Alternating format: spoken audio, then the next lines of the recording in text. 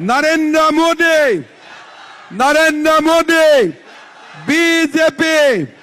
जय जय श्री राम जय जय Shri Ram I love you to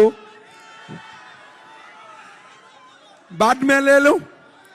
दो सर सब बोल के बाद में ले लूं ठीक है लक्ष्य की जे देशत কোন ভাল প্ৰধানমন্ত্ৰী হ'ব যদি আপোনালোকে চিন্তা কৰক কোভিডৰ সময়ত যদি আমাৰ দেশত নৰেন্দ্ৰ মোদী প্ৰধানমন্ত্ৰী নাথাকিলেহেঁতেন আমি ভ্যাকচিনে বা ক'ত পালোহেঁতেন মেডিকেলত আমি ট্ৰিটমেণ্টে বা ক'ত পালোহেঁতেন আমাৰ কি পৰিৱেশ হ'লহেঁতেন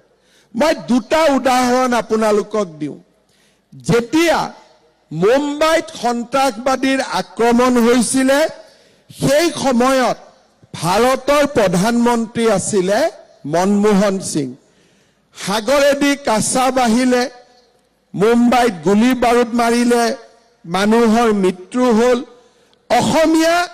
মানুহৰো তাত মৃত্যু হ'ল কিন্তু আমি ভাৰতে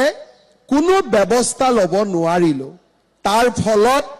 ভাৰতত সন্ত্ৰাসবাদীৰ আক্ৰমণ চলিয়ে থাকিল কিন্তু মোদী ডাঙৰীয়াৰ দিনত যেতিয়া সন্ত্ৰাসবাদীয়ে আক্ৰমণ কৰিলে মোদী ডাঙৰীয়াই লগে লগে গম পালে যে ইহঁতক কোনে পঠিয়াইছে পাকিস্তানে পঠিয়াইছে ক'ৰ পৰা পঠিয়াইছে অমুক জাগাটোৰ পৰা পঠিয়াইছে মোদী ডাঙৰীয়াই কি কৰিলে লগে লগে এয়াৰ ফোৰ্সক ক'লে যে পাকিস্তানত সেই জায়গাতে বোম মাৰি দিলে